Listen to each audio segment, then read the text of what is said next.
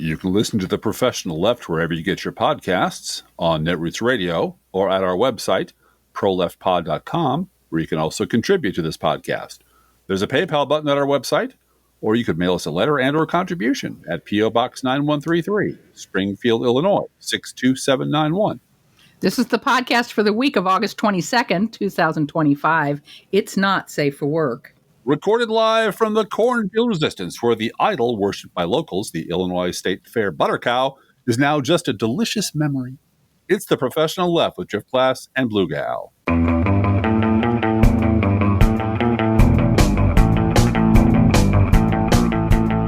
love that butter cow, but the fair is over. It's over. It's over. Sorry, guys. Sorry. Illinois State Fair is always in Springfield and brings a lot of traffic to the city. Okay. We're going to jump right in today with breaking news from Springfield, Illinois. Yesterday was our wedding anniversary, 14 years. That's right. And thank you to everyone on social media who sent us kind words and well-wishing. We so appreciate it. As a special anniversary gift to us, the universe decided to allow the both sides do it plague to run rampant this week. Yeah. To make us feel needed and useful. This is not fish in a barrel. This is fish in a teacup with a bazooka. It's just everywhere you turn. It's everywhere. It was both sides. Everywhere. And the good news is it has been gratifying to see a few seasoned journalists with experience actually catching up to where, liberal bloggers have been for 30 years. Of course, a number of ink-stained wretches like Allison Hanschel, Paul Krugman, Jay Rosen, Charlie Pierce, and so on, they've been on the side of the angels forever. But for the rest, their epiphanies seem to have only arrived after they've left positions of influence for some reason. It's weird how that I retire and all of a sudden I realize there's this both-siders menace that's just driving me crazy, don't you know? I wish I need to write about this immediately. Now that I've given up my job as public editor of the New York Times, I should really write about this. I appreciate it, but Yeah. But, this very well-timed sudden realization post-retirement that both sides don't might have been a whole lot more useful when they had influence over the New York Times editorial page. That would have been great. Yeah. But it also might have interfered with their paychecks. So also, too. Whatever. Well, and I do remember there's a thing. Rachel Maddow was on the Stephen Colbert show at some point, maybe yesterday, maybe a year ago. I don't know. There was a clip on YouTube, but she said she was tired of asking permission to tell the truth. And that's... She gets paid $7 million a minute, whatever it is. I'm not mad at her about it. She does great work. But that's life working for a corporation that has a definite policy about what you can and can't talk about. Yeah. Driftglass, there's another anniversary coming up. Yes, there is. Next year will mark the 30th anniversary of Fox News going live. Yeah. And we are shopping around. If anyone has any advice for us on cutting the cord, we are ready to cut cable. I know we're very late on that, but our business model has depended on having cable, and now we've realized for a while. But I've been shopping around to see what is out there and how we can reduce our bill and so forth. And it is amazing how every single package includes Fox News. Yes. No matter how cheap it is. Because from day one, Fox wants to be injected into your household. And it has nothing to do with a profit margin. It has to do with let's get this propaganda, shit into America's skulls wherever possible. It's also 37 years since Rush Limbaugh was nationally syndicated. Not a not insignificant thing. And that's opened the gates to hundreds of lying racist scumbags who would follow and make a great profit off of pushing right-wing bullshit. Yeah, that's a generation. It's more than a generation. It's more than a generation. Yeah.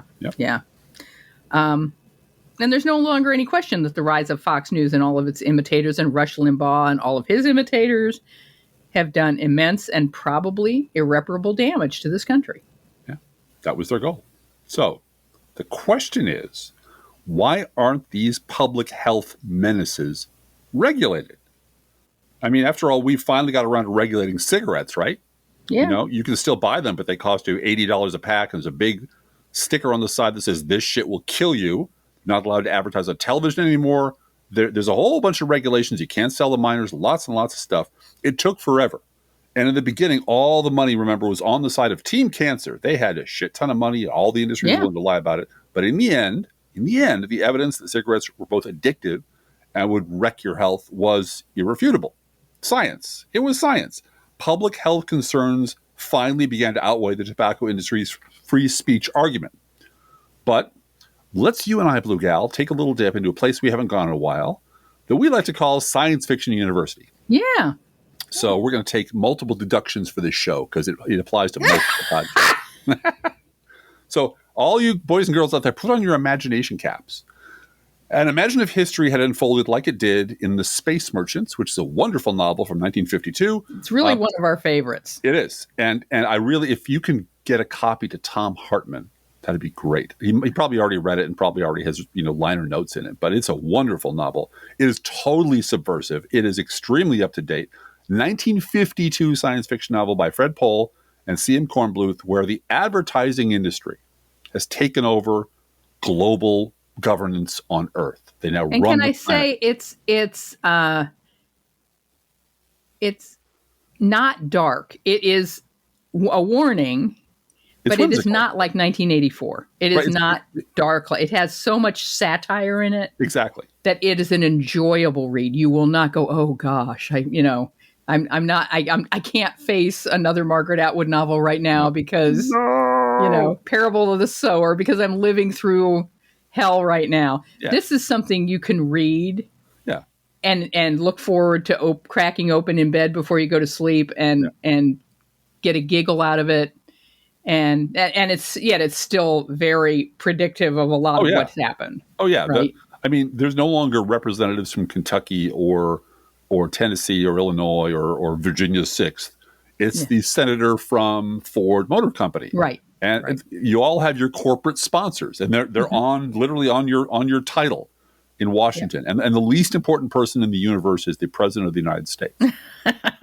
And I know this is close to where we are now in certain ways, but bear with me, because in this one, corporations are free to sell incredibly addictive products because advertising companies have all the money, right? Yeah. And the propaganda they blast out all the time, everywhere, on every media platform. Anywhere you go, anywhere you rest your eyes, there's an ad screaming at you. It simply overwhelms any feeble attempts at pushback from the poorly funded opposition. The few scientists and environmentalists who are worried about, people dying and environmental degradation, etc. So here's a quote from the novel to make my point. Quote, this is from the advertising guy who's the protagonist of the novel. Think Don Draper explaining this before Don Draper has his moment of revelation. But, and here's what makes this campaign truly great in my estimation, each sample of Coffee Est contains 3 milligrams of a simple alkaloid. Nothing harmful, but definitely habit-forming. After 10 weeks, the customer's hooked for life. It would cost him at least $5,000 for a cure. So it's simpler for him to go right on drinking Coffee Est 3 cups with every meal and a pot beside his bed at night, just as it says on the jar. Unquote. So if he wants to get unhooked from Coffee Est. Right. Because it's the Coffee Est. It's not just coffee. It's coffee. Heroin. It's fucking heroin. It is. It's heroin. Addictive. Highly addictive. Yeah. That you can't do without. It costs $5,000 to get unhooked. So why not just drink it all the time? Just drink it all the time. It's so much easier. Yeah. But because they were completely amoral, the advertising companies saw nothing wrong with wrecking the planet through overpopulation and environmental catastrophe, because that was just great. In the novel, they literally bundle the entire subcontinent of India as a single product to be sold and from which they're going to reap enormous rewards. This is another quote from the book. Increase of population was always good news to us. More people, more sales, unquote.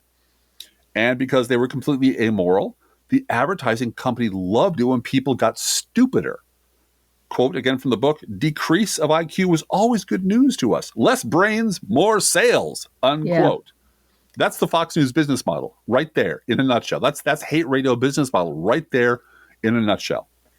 Mini skirts, fuck me pumps, and a nice gold cross around the neck. Yeah. And for the blondes on the crotch couch. And fuck the planet and fuck the damage we're doing. yeah. And it doesn't matter because we're appealing to dirty old men and weird little incels who don't care about the future. No, and don't know anything about the past either. No, past is dead. Never, it was never there. The pardoning of the J6, that never happened. No, J6 never happened. No, they were patriots, honey. They were. Remember, they were patriots. Marie Harf had quite a lot to say about that this week, saying this idea that Donald Trump cares about crime in D.C. when he pardoned every J6er. He pardoned and the other blondes on the crotch couch on Outnumbered were horrified that she brought this up. He pardoned patriots who were trying to take America back because the election was stolen. They were exercising their free speech, and she said no. He pardoned all of them. The ones that beat up cops, he pardoned them. Look. Defending America, like in the Revolution, is going to take a little egg breaking, Blue Gal. You see, this is what I love most about you. You keep trying to apply decent human reasoning and good compassion. No, I'm not. I'm not trying to do that. I'm just pointing out something that happened on Fox. Yes. That was, again, blonde women dressed like prostitutes wearing crosses around their necks. Mm-hmm. It is all symbolic. All symbolic. And every once in a while, they have someone on who does speak the truth, and it upsets the other people on the air. It's like saying you should try to quit. It's not in the script. You shouldn't quit Coffeeist. Coffeeist is our sponsor, and exactly. If you just follow the directions, you'll be fine. Yep. Everything's fine. Yeah. So right now, there's an incredibly profitable industry devoted to polluting our body politic and destroying our country, and it's operating right now in the heart of our democracy. Its business model is simple: pump out a continuous poisonous cocktail of lies, slander, and ludicrous conspiracy theories, all designed to be highly addictive and keep the MAGA morons coming back for more. Not just keeping its customers angry, paranoid, and stupid, but actively making its consumers more angry, more paranoid, and more stupid, and more addicted to their content. Absolutely. And more dependent on shutting out the rest of the world. Right. Telling them There's a constant stream of, you'll only hear this on Fox. Yeah. This is from NBC News, April 9th, 2022. Fox News isn't news. Mm-hmm. Quote, a new study suggests Fox News viewers aren't just manipulated and misinformed. They are literally being made ignorant by their consumption habits. The problem with Fox News, the cable channel, isn't just what it is, it's also what it isn't. It is a purveyor of propaganda and misinformation. What it's not is a source of news, at least not by any normal definition. That's one of the conclusions I drew from a fascinating new study in which arch-conservative Fox TV viewers were paid to watch CNN for a month. The study, titled The Manifold Effects of Partisan Media on Viewers' Beliefs and Attitudes, a field experiment with Fox News viewers, was performed by a pair of political scientists, David Bruckman, who teaches at UC Berkeley, and Joshua Kala, who teaches at Yale, unquote. And the biggest takeaway for the author was this, quote, the realization that Fox viewers aren't just manipulated and misinformed, they are literally being made ignorant by their consumption habits. Mm-hmm. Watching Fox, they hear a lot of news-like things, but they don't learn about what's really happening. And here's where we, in the mainstream media, can do something useful. We can stop talking about Fox like it's a different form of news and start talking about how it isn't news at all. It's the opposite of news. It's instead of news. It's the absence of news. Mm-hmm. Mainstream reality-based journalists have been way too charitable to Fox over the years. And as an aside, I'll say, looking at you, Katie Tour. Oh, fuck yeah. There are lots of good people over at Fox. Oh, there's so many good people over at Fox. Really good people. Greta is great. Greta Van Susteren will be a great addition to MSNBC. And, we had this guy named Hugh Hewitt over here. He's telling it like it is on Sunday mornings. Like they keep trying to suck up to these assholes. And it's never worked and it never will. Yeah. Mainstream reality-based journalists have been way too charitable to Fox over the years, partly because the network once employed some of them, and partly to maintain the facade of political neutrality, unquote. Also because they might need a job from Fox someday. Oh, yeah. They might. The resume, they never know. You never know who's going to be layoffs. But the thing is, all of this is unarguably true and self-evident. Yeah. But here's the sad fact. Fox News and hate radio are not the cause of the plague that's pushed our democracy to the brink of collapse. They're not the cause. They're the symptoms of what's going on. The cause of the plague, unfortunately, is way more bland and commonplace. The carriers are not smug assholes smirking lies on TV, and they're not red-faced bigots screaming conspiracy into microphones. Those people exist, and they're terrible, but that's not the cause. The most prominent carriers of this real plague are usually balding, middle-aged white guys in respectable suits with columns in respectable newspapers and TV gigs on venerated Sunday shows like Meet the Press. But there are also tens of millions of other carriers everywhere, every age, in every kind of profession, and I'll bet you know a bunch of them out there personally. I'm sure you do. The infection they're carrying is by far the biggest and most dangerous political lie of all. They're hopelessly addicted to it and are constantly trying to infect others who are not addicted to it. And, like a real addict, they become extremely defensive and angry when anyone tries to take their disease away from them or tell them that there's a disease at all. It's a genuine health crisis. And if this were any other kind of socially destructive contamination running wild and being spread by people who actually make a profit from spreading it, we the people would have a hell of a class action suit against its purveyors. But the plague is not a drug, and it's not a virus. It's an idea. It's a lie. It's the big lie that makes all the little lies possible, Blue Gal. Yep. And so, very good article that came out this week from Kara Kelly at the Barbed Wire, writing about an investigative reporters and editors conference in New Orleans she was attending when, quote, something snapped in my chaotic brain, unquote. Yeah. The article is entitled, Journalists Are Just as Fucked Up as Everyone Else. Admitting it might help us save democracy. And this is just a passage from that article. Quote, there's a great 2001 text by Bill Kovach and Tom Rosenstiel called The Elements of Journalism. In the first chapter, the authors give a pretty conclusive answer. Journalism is giving people information so they can be free and self-governing. In other words, it's democracy. The news media help us define our communities as well as help us create a common language and common knowledge rooted in reality, the authors wrote. In the 25 years since that text was published, we've experienced a relentless assault on facts by politicians and billionaires seeking unfettered power. And we have not figured out what to do about it. Instead, we've contorted ourselves to make the old rules fit a changed game, with participants who publicly proclaim they were never going to follow the rules anyway. Mm-hmm. Recently, I found myself white-knuckling my steering wheel, waiting for an NPR host to stop a Republican lawmaker from repeating a false claim about Medicaid. Interject, dude. Work requirements already exist. The vast majority of people on Medicaid are working or are exempt because they're disabled or caregivers. If you're a caregiver, by the way, you're working. You're working full time. Yep. Yeah. If you can't push back or add in the correct information, what's the point? Well, the point is NPR is nice, polite Republicans. Right.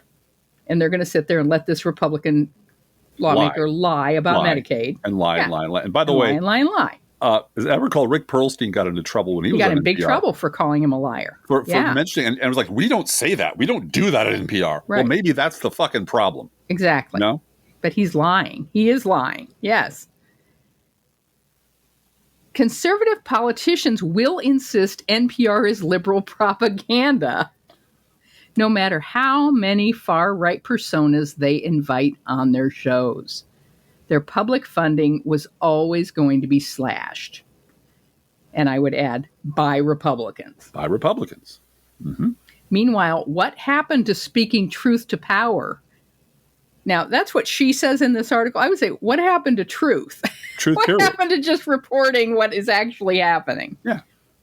What about making them sweat a little? What does it say about us, the intrepid Fourth Estate, when the creators of South Park are more willing to push back on threats to democracy than executives at 60 Minutes, unquote. Yeah. Yeah. Nothing good. Well, South Park makes a profit from pushing back, and 60 Minutes gets their merger from not pushing back. That's right. Follow the money, baby. Yeah. Follow the money. So if you do the math, we're like what? We're like 30 or 40 years, 2 generations really, into this plague of both siderism. And the vast majority of legacy media employees are still pretending that it's just like the flu. It's a 24-hour bug. Don't even worry about it. Or it doesn't even exist. Or it's actually good for us, so shut up and take your David Brooks. Keep your mouth shut.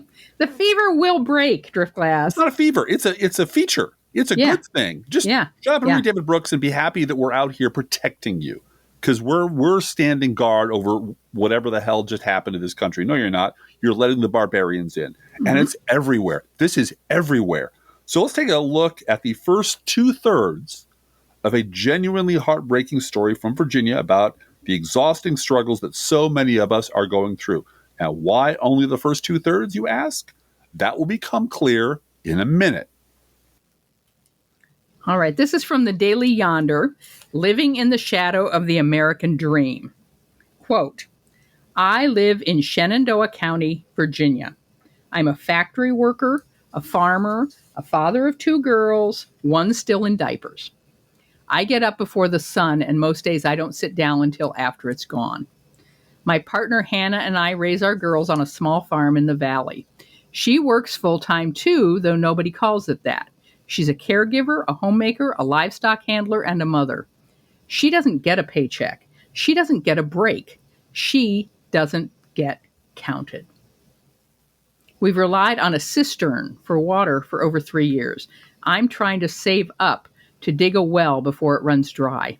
We heat with firewood I cut myself. We raise animals for milk, eggs, and meat because the grocery bill outpaces my paycheck. We've stayed unmarried.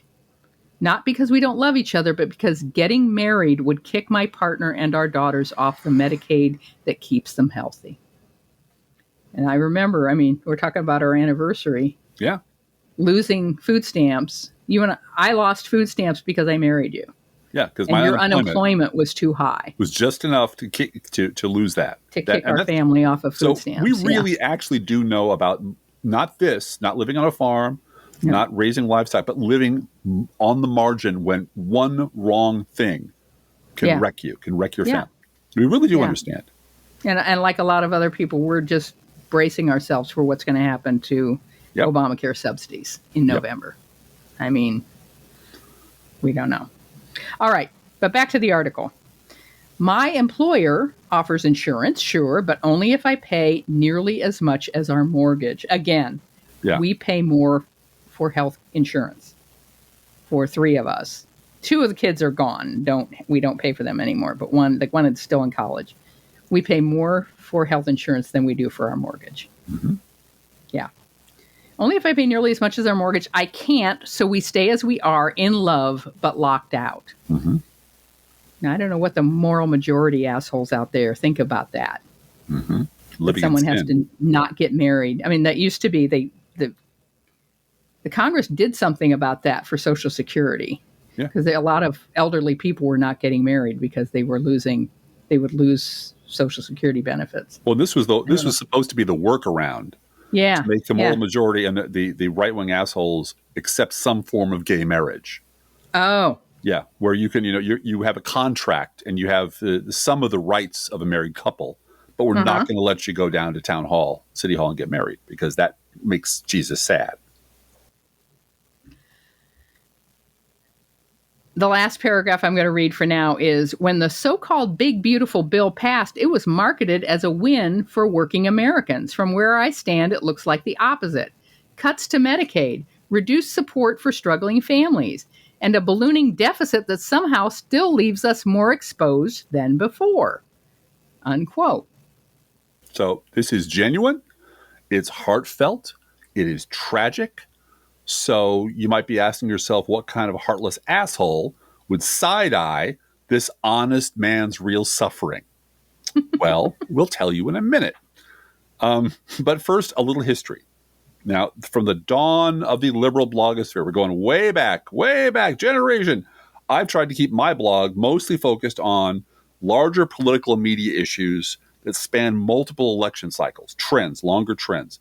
And the same thing with this podcast. The same thing we do on the professional left for, now 926 episodes in 15 years. We don't have a staff of 30, and we're not set up to deliver some new hit of fresh, all caps outrage every 90 minutes. Yeah. And we wouldn't want to, even though we understand that there's fame and there's fortune to be had in delivering indignation, exclamation point, on an industrial scale. Right. So if we could do that, every 30 minutes, some new outrage, video, we could probably, our financial worries would be over and we'd be dead in 2 years because we'd be dead in the ditch. I can't of energy. I can't live it because I get it. Because it should go without saying that, like you all, we are indignant and outraged about what's happening to our country. And we have been since long before we started blogging and podcasting. Like you, we've probably read thousands of OMG, can you believe Republicans are doing this very bad thing posts over the years, maybe tens of thousands. And the obvious answer to each one of these outrages is, of course, we can believe it. Yeah. Because for decades, they've not only been doing very, very bad things, but they've been getting exponentially worse.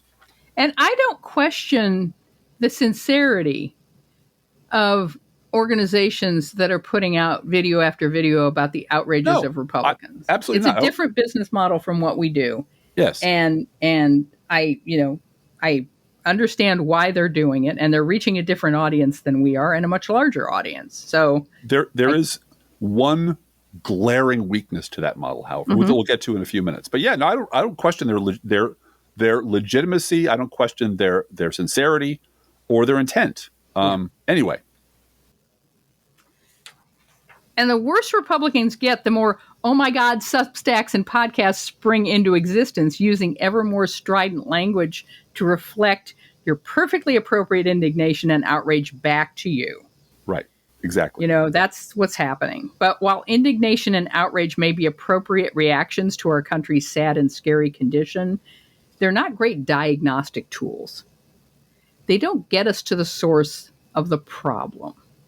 And how can you fix a problem if you can't figure out what's causing it? Right. You see a lot of people saying it's Trump. It's not Trump. It is not. He is the edge of he's the sword. He's the manifestation of the problem, but he himself personally is not the problem. He's the consequence of the problem. Exactly. Right. Exactly. Yeah. This is why, since we both began blogging forever ago, we've tried to look at our country's scary, exponentially worsening state through an appropriately long lens, to track its trajectory like an interstellar object hurtling our way. Where did it come from? Where is it going? And how does it pose a threat to life on Earth? I would also say we try to look at what our role is, and you and I had a long conversation about this over lunch. Yeah. What is our role in terms of continuing the fight? Right. And it's not getting everything we want all at once and then closing up shop. Right. The struggle is continual. Well, there'll always be pushback. And right now, the source of exhaustion for most people is not, I think I analogize this to the space program. Take all the politics out of the space program. First, you have people in space, man in space, and that's the Russians. That's Yuri Gagarin. But then you have orbiting the Earth, and you have spacewalk, John Glenn. Then you have two guys in space. Wow, that's pretty cool. Then you have Apollo. Then you have orbiting the moon. Then you have landing on the moon. You have Martian probes. That's the vision of progress that most of us have in mind for things that we value.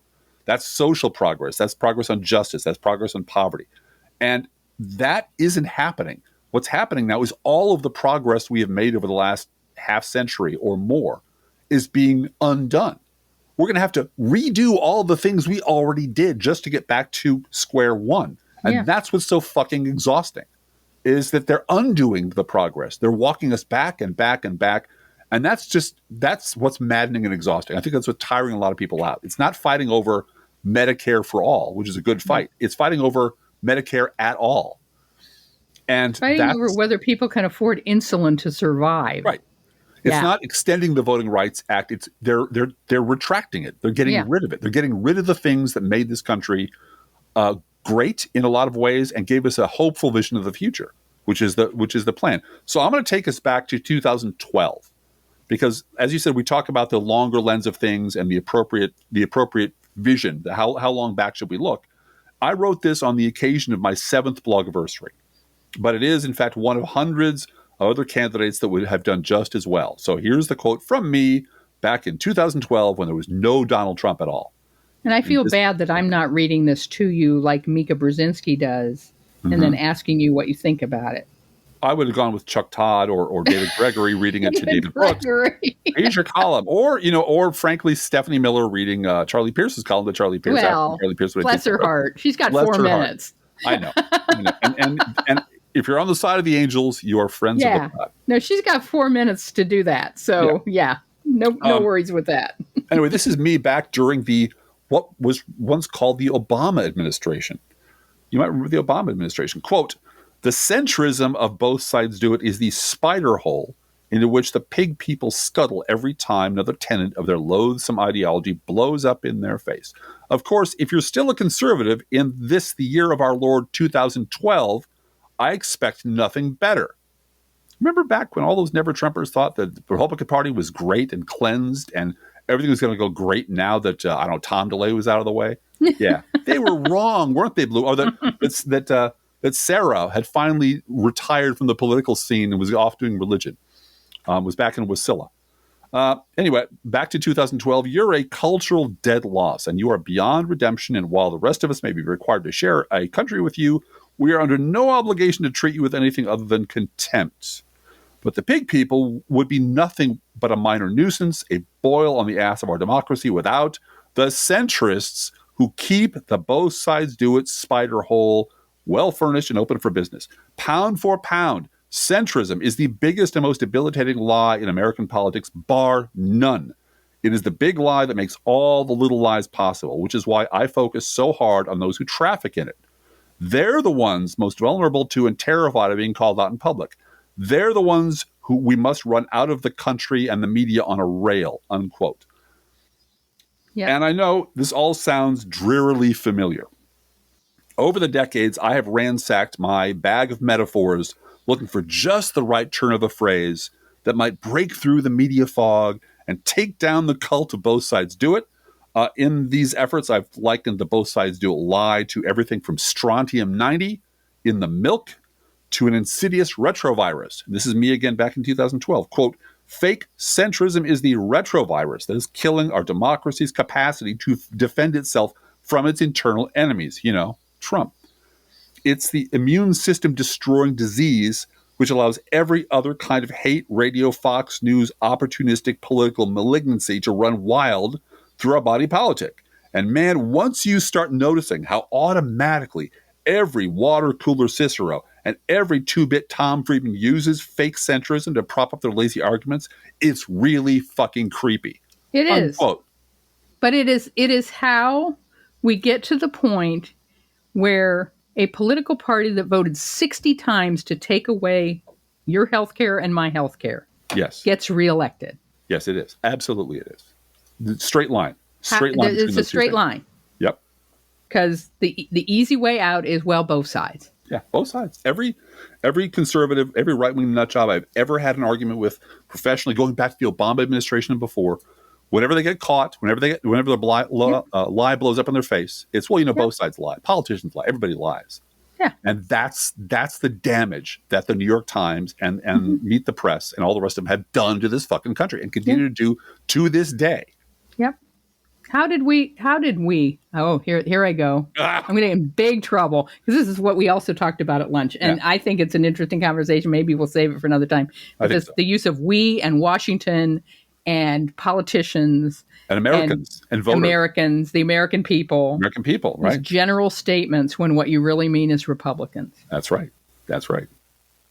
How did Republicans elect a 39 count felon? I think we know. They did it because both sides are equally bad.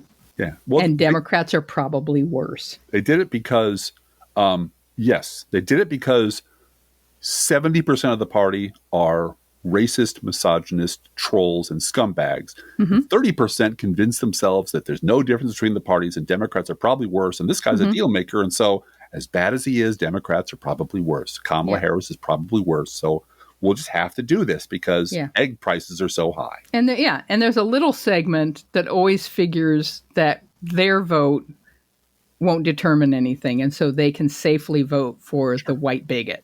Sure. To make themselves feel good. Yeah. Yeah. Can't vote for that black lady. No. Because my penis will shrivel up into my body cavity. So I'll let other people vote for Kamala Harris and I'll be fine. Mm-hmm.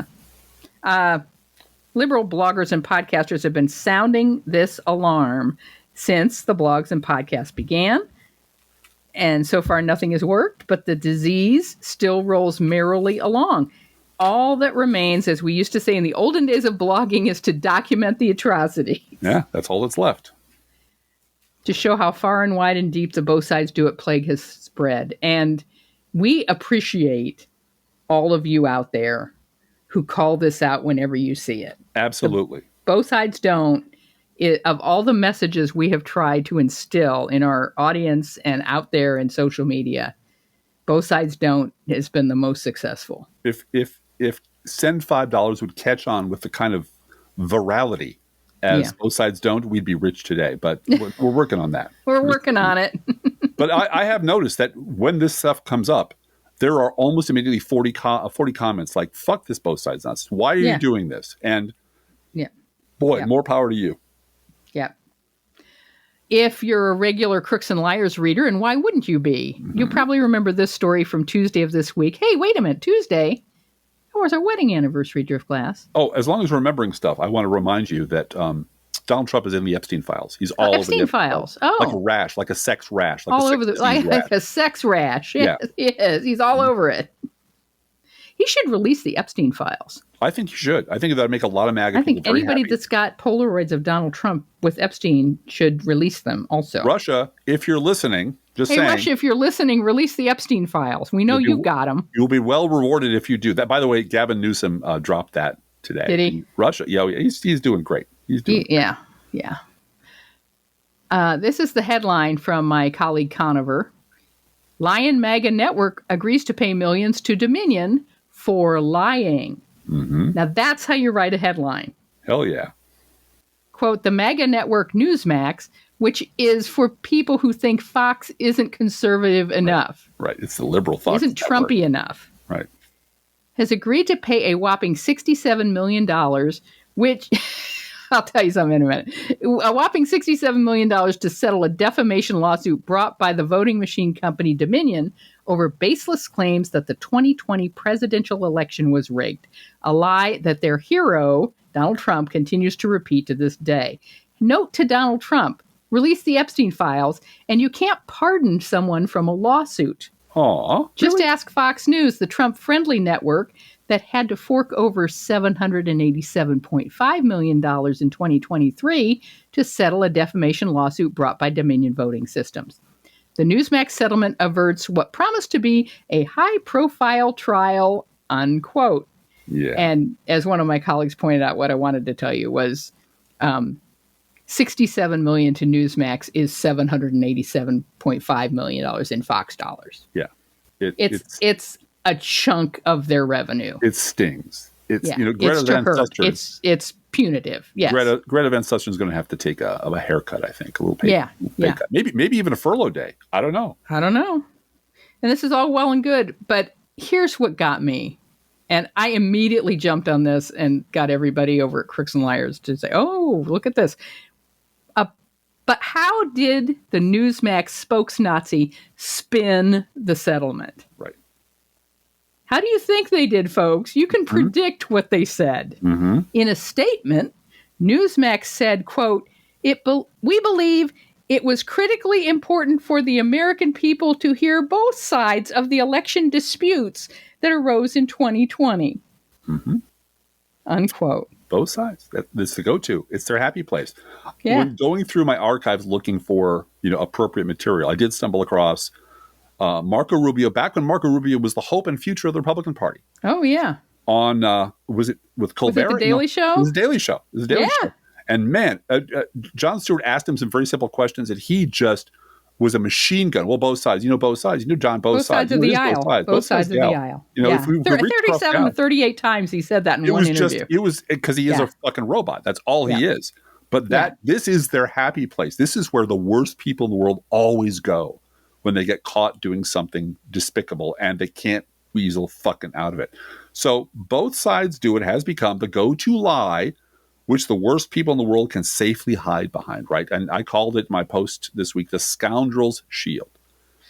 But what makes it possible for the worst people in the world to use this lie so effectively is that for decades, it's been enthusiastically endorsed by all those respectable men and women in all those respectable legacy media outlets. Yep. By Okie Roberts, by David Brooks, all those people, they were willing to repeat this lie for 30 years. And that's why it's the big lie that makes all the littler lies possible. So now, let's go back to the gentleman from Virginia to finish his story, shall we? Excuse me. This is where we left off. Quote, "You can dress the so-called big beautiful bill up however you want, but if it leaves working families behind, it's not serving the people," unquote. Nothing wrong there. But as Paul Harvey used to say, let's take a look at the rest of the story. Quote, "I'm not writing this as a Democrat or a Republican. I'm writing this as a man watching families like mine wear themselves thin, working hard, doing the right things, and still falling behind. This isn't about red or blue, blue gal.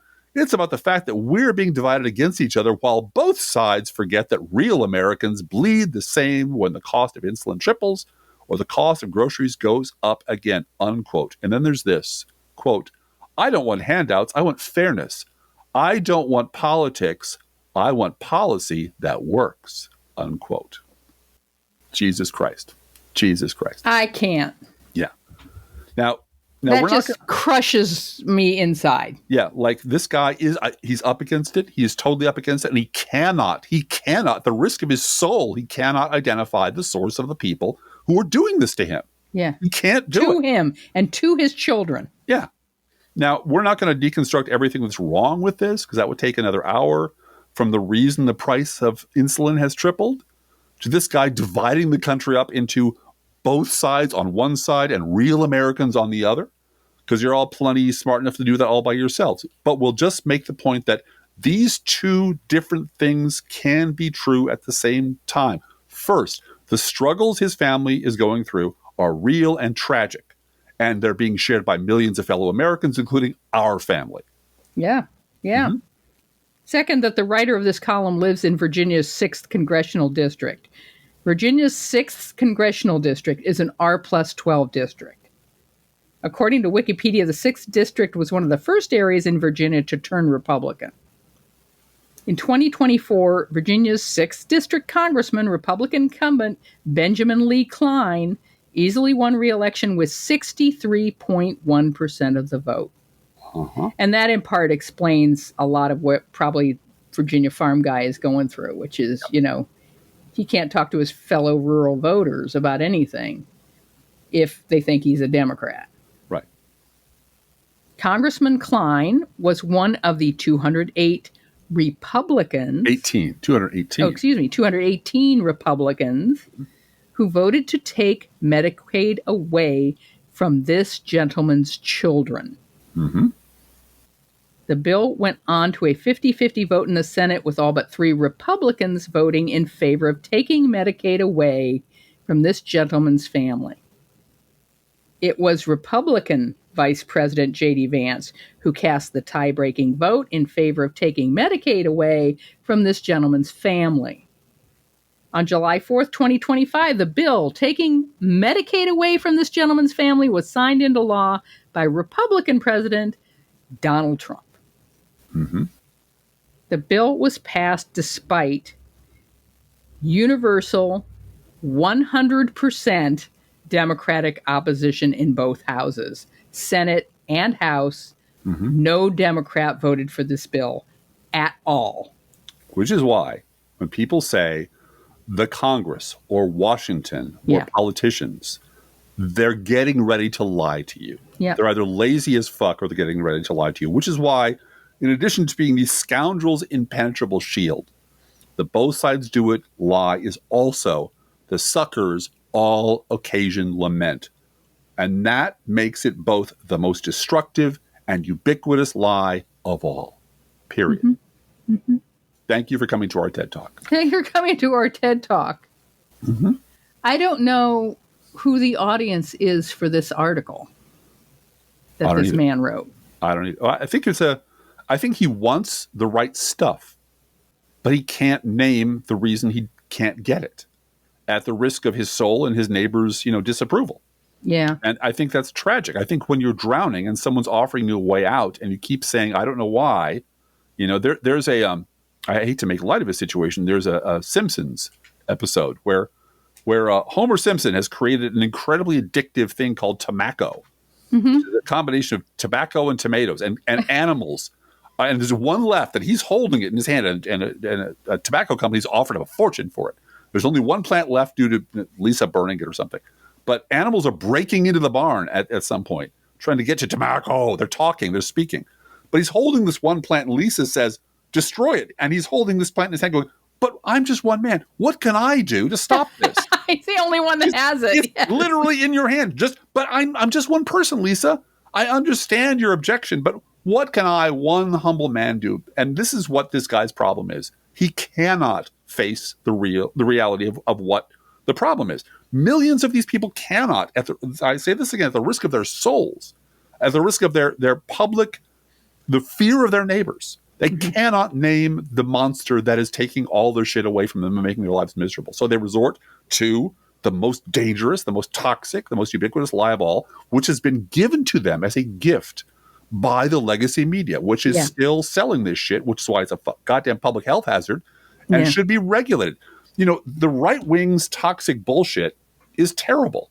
Yeah. And this wouldn't be a problem if we had someone out there with credibility calling it out. But the legacy media won't fucking do it. They'd rather kill themselves and say that he lied. They invent all these twist around words to avoid saying that Donald Trump is a liar and a fascist. Yeah. And they have let us down so comprehensively, I don't see how they ever recover. Yeah. Meanwhile, speaking of the news, why don't we do a news roundup, Blue Gal? You go right ahead, Driftglass. Thank you. Let's lead off with Nancy Mace. She's fun. She went on the lesser Newsmax. Can you believe it? There's a Newsmax 2. That's the smaller Newsmax for kids, I guess. I don't know. She went on there to brag, quote, in my time in Congress, I actually helped secure the largest infrastructure grant in state history, in South Carolina history. So I've worked very hard on the policies that matter to voters here, unquote. The problem, of course, is that Mace is doing that Republican thing of taking credit for legislation she voted against. Now, do you suppose the gentleman from Virginia knows this? That one side, the Democrats under Joseph Robinette Biden, passed legislation that would make his life materially better, while the other side, Nancy Mace's side, Republicans aggressively opposed it? I'll bet he doesn't know that. Yep. In other both sides do it news from the respectable legacy media end of the spectrum, this headline from PBS, which was going to get defunded regardless of what they said or how they coddled Republicans. As they say, better to be hung as a lion than hung as a lamb, Yeah. Quote, President Trump paints the nation's capital as a city beset by crime, and D.C. leaders say crime rates are at 30-year lows. But Charles Lament argues that neither side is telling the complete truth. Jesus Christ. This is also from CNN. This is some good news. Quote, FTC loses to Media Matters in court. Yay. Yay. Federal judge, and this is the best federal judge name you're ever going to hear. Federal Judge Sparkle L. Suknanan, damn fine name, has blocked the FTC's investigation of Media Matters, the liberal advocacy group known for its campaigns against Rupert Murdoch's Fox News and Elon Musk's X. Media Matters is likely to succeed in its First Amendment retaliation claim, which is all it needs at this stage, the judge wrote while granting Media Matters the preliminary injunction it was seeking. The court ruling demonstrates the importance of fighting over folding. Yep. We should have included Media Matters in that ink-stained wretches who've been at this forever, because they have been at this forever, and they've been doing the Lord's work forever. And they understand that Fox News is the enemy of democracy. Better than a lot of people. Yes, they do. Both sides. And on with the judge's quote, which far too many are doing when confronted with intimidation from the Trump administration, Media Matters president Angelo Carusan said in a statement, unquote. The damage, though, has been done because they had to hire a lot of lawyers and they had to fire and lay off employees and so forth. And it's just, I sent them $5. That's when something like this comes up, I do what I can, right? Yep. I send $5. And I wish I could do more, but we appreciate all of you who do that for us. Mm-hmm. Sending us $5 makes a difference. From our We Don't Care files, this from CNN. Quote, as the cable news channel MSNBC splits up with NBC News, it is also dropping the NBC from its name. Later this year, the channel will become MS Now, which stands for My Source for News, Opinion, and the World, unquote. Somebody got paid way too much to come up with that. Yeah. Over anniversary dessert last night, we both came up with better alternatives. Driftglass suggested MSWTF. And I said, why not MS-DOS? It was just excellent. Excellent. Top-notch, Blue Gal. I'm surprised they are calling themselves Alta Vista News at this point. We're really upset that Tronc was already taken. Yeah, Tronc would be amazing. You know what Tronc is? Look it up, people. This is not a full-service operation. Yes, it is. And speaking of restaurants, consider this from the Washington Post. First of all, right off the bat, quote, during a Tuesday call-in to the Fox and Friends morning show, Trump said his orders have transformed Washington into just an incredible place in literally 4 days. My God, it took God an entire 6-day period to make the world, but he has remade all of Washington in just 4 days. Did you see what's happening with the restaurants? They're bursting, Trump said. They were all closing and going bankrupt, unquote. Now compare that with this from actually Fox News' own Washington, D.C. affiliate, Fox 5. Quote, D.C. restaurant dining plunges as Trump's crime crackdown continues, data shows. The number of patrons dining out in D.C. has plummeted since President Trump deployed federal troops across the city, according to research conducted by Open Table. By the numbers, the data shows that restaurant attendance was down every day last week compared with the same week in 2024. Beginning Monday, August 11th, seated diners in the district dropped by 16%. The largest drop-off was last week when the number of diners dropped by 31%. This was just 2 days after Trump ordered the National Guard to patrol the streets of Washington. The president claims that Washington has been, quote, overtaken by violent gangs and bloodthirsty criminals, roving mobs of wild youth, mad dogs and Englishmen. No, he didn't say that. Drugged out maniacs and homeless people. Jesus. And cats and dogs living together. It's terrible. It's Old Testament shit, Blue Gal. He doesn't want to see homeless people on his way to the golf course. That's the problem. No, he's a dirty old man with a broken brain. Yeah. Despite the fact that violent crime in D.C. is at a 30-year low. More specifically, total violent crime in the city was down 35% in 2024 from the year prior, according to Justice Department data.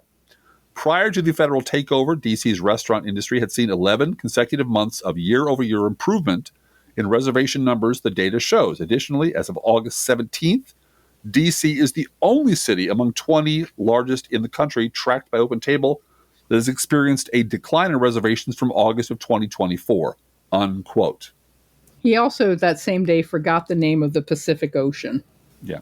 Oh, and the Gulf of Gavin Newsom. I believe that's how it's now called, right? Oh, the Gulf of Gavin Newsom. Yeah. The Gulf of Release the Epstein Files, you motherfucker. Is that it? It's in the Rand McNally has made it official, so I think we got to go with that.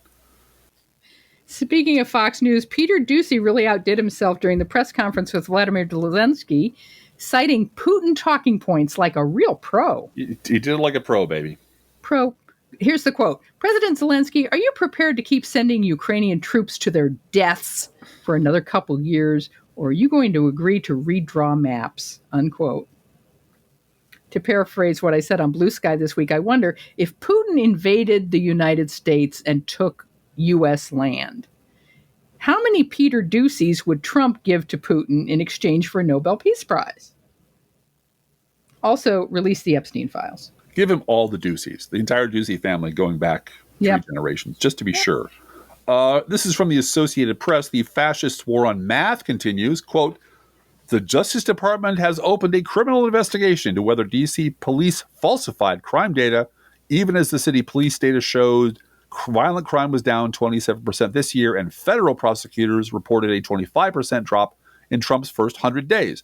Trump nevertheless posted on social media that D.C. gave fake crime numbers in order to create a false illusion of safety, unquote. Also, this is from Axios, the fascist war on history continues. Quote, Trump said Tuesday he ordered lawyers to review Smithsonian museums for woke content. The Smithsonian is out of control, where everything discussed is how horrible our country is, how bad slavery was, and how unaccomplished the downtrodden have been. Nothing about success, nothing about brightness, nothing about the future, Trump posted on social media. Trump vowed to apply the exact same process that has been done with colleges and universities, where his administration has withheld federal funds to force changes, unquote. I just feel like seeing me Don't Cry for Me Argentina at this point. Oh. I mean, Tomorrow belongs to us, Driftglass. Yeah. Well, and come on. All this focusing on how bad slavery was. I mean, come on, Blue Gal. It's, anyway. He's a bigot. He's a bigot, and he's a dirty old man with a broken brain who's in the Epstein files, I hear. Like a sex rash. He's in the Epstein files. He's a sex rash, and yeah. This is from the New York fucking Times as the fascist war on America continues. Quote, Trump revoked the security clearances of 37 current and former national security officials. The list from Director of National Intelligence Tulsi Gabbard targeted those who tied to the 2016 Russia assessment, which concluded Russia interfered in the election to help Trump, which they absolutely did, and everybody fucking well knows it. It includes senior CIA, NSA, and NGA officials, as well as former aides to Obama-era intelligence leaders and members of Biden's National Security Council. Gabbard claimed the officials, quote, betray their oath to the Constitution and accused them of, quote, politicizing or weaponizing of intelligence, unquote, though the memo cited no evidence of wrongdoing, unquote. She has to pull it out of her butt for Putin and Trump. Yeah, or she'll go the way of Scaramucci. And she has no future in this party or any other party. If Perón goes down, she goes down with him. If the jail leader goes down, she's going to go down anyway because they're all mad at her because she won't indict anybody because she's got jack shit on anybody. Yeah, show up in court with what she has now. She's going to be laughed out or put in jail for contempt. Or put in jail for perjury. Yeah. Yes. Now let's end on a happy note, Blue Gal. Why don't you? Let's end on a happy note. This is local news about a billboard above a cornfield south of us in Illinois. In 24 hours after people in Clinton County got upset about a Proud Boys advertisement near Breeze Central High School, the ad has been taken down for a second time. 5 on your side's Holden Kerwicki was the only local reporter there as the billboard was removed. Holden. Well, Mike, it was just last night that the Clinton County Board voted unanimously to pass a resolution condemning hate in all forms in the county. When I spoke with County Chairman Brad Nolhoff today, he told me he was breathing a sigh of relief as the sign was taken down. This was actually the second time that the sign has been taken down in the last 24 hours. Late last night, Lamar Advertising removed the Proud Boys advertisement that was facing into Breeze, only to reinstall it on the other side facing Central High School. Around noon today, representatives from Lamar were back in Breeze removing the sign for good, though the company itself has yet to respond to multiple requests for comment as to why they're taking action now. Clinton County native Eric Busher told me today, regardless of the reasoning, he's happy to see the sign go away. I just thought of all the places, I guess this has been something that I've been afraid of for a while now. And for the Proud Boys to pop up here in Clinton County, it's unbelievable. We've never had problems like this here before. I reached out to Metropolitan AME Church, which legally owns the Proud Boys trademark, to ask if they were pursuing infringement claims against the extremist group for the billboard, and received a statement saying, quote, we will never stop pursuing justice against the Proud Boys.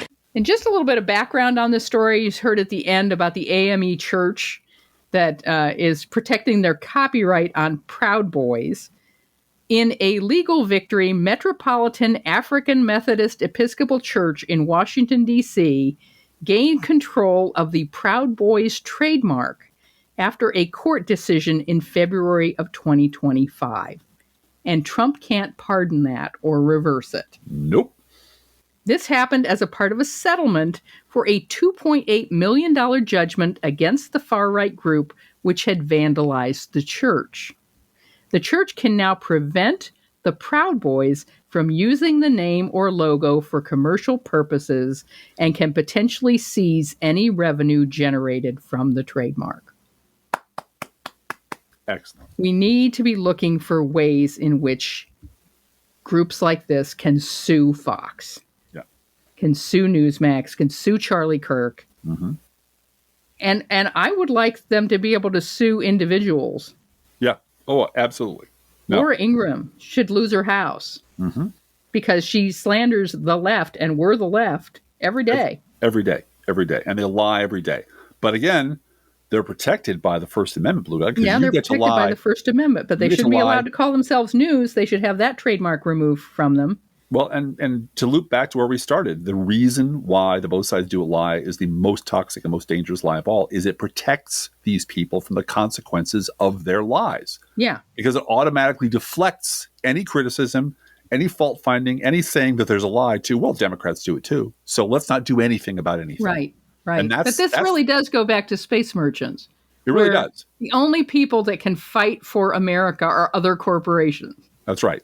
And the hero of our story, I won't give it away, but is a copywriter, a copy editor, a star-class copy editor. He's very good at writing advertising. Who finally, the scales fall from his eyes. He realizes, oh my God, what the fuck have we done to this planet? But I won't spoil it for you because it's too good a book. It also came out. Too good a book. You should go and read it. It also came out under the title when it was syndicated, I think, called The Gravy Planet. It's wonderful. You should definitely read it. It's great. Each week we post to our Patreon page and website an Internet Kitty sent in by you, the listeners. This week's Internet Kitty, however, is a 12-week-old, very cute corgi puppy named Maggie. No relation to Maggie Haberman. She's not that serious. It's just the eyebrows that make her look that way. She's a silly, silly, silly puppy. And of course, Maggie, the corgi puppy, eats freshly poured pet food, our fake sponsor. Whether you serve Pet Store Perfection or Dollar Store Dreck, your pet will sit on the kitchen floor and demand that the food they eat is only freshly poured. Freshly poured, freshly poured. Oh my Lord, it's freshly poured. And you can visit Maggie, the cute corgi puppy, at our Patreon page, patreon.com/proleftpod, or our website, proleftpod.com. And you can send your Internet Kitty, dog, or other pet to us at our email address, proleftpodcast@gmail.com. Subject line, Internet Kitty, Kitty. That is how I search for Internet Kitties in my inbox that has 7,000 emails in it. Inbox 0 is not something that happens in my life. No. You've done a magnificent job sorting yarn, I got to say. Oh, thank you. Physical media, you do a very good job with that. But internet, the emails. Emails, not so much. They flow in, they flow out.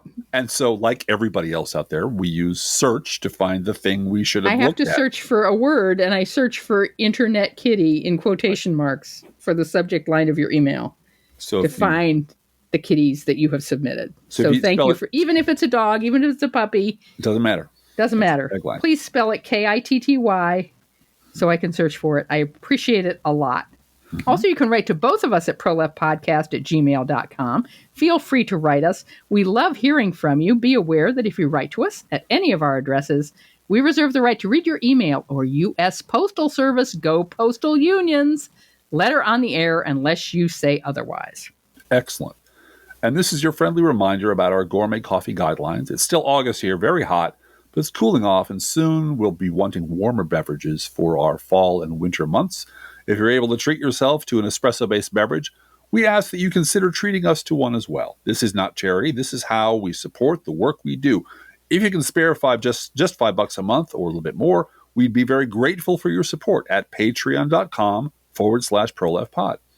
And at proleftpod.com, there are alternatives to being a Patreon as well. Oh, yeah. Our address is there, and our PayPal is there, and there are other ways you can buy us a coffee just anonymously if you want to do it that way. There is a Buy Me a Coffee, too. Yeah. And way back 17 hours ago when we started this podcast, there is a mention of our address, which is where we go every day or every other day to check on the mail, and you can just mail us a check or a big pile of cash. That's always welcome. Unmarked cash in a plain envelope. Whatever. Just not fresh baked goods, because those are always a little suspicious. But we take all forms of currency, almost all forms of currency. But one of the ways you can help us continue to grow is by sharing our show on social media. A lot of you are doing that.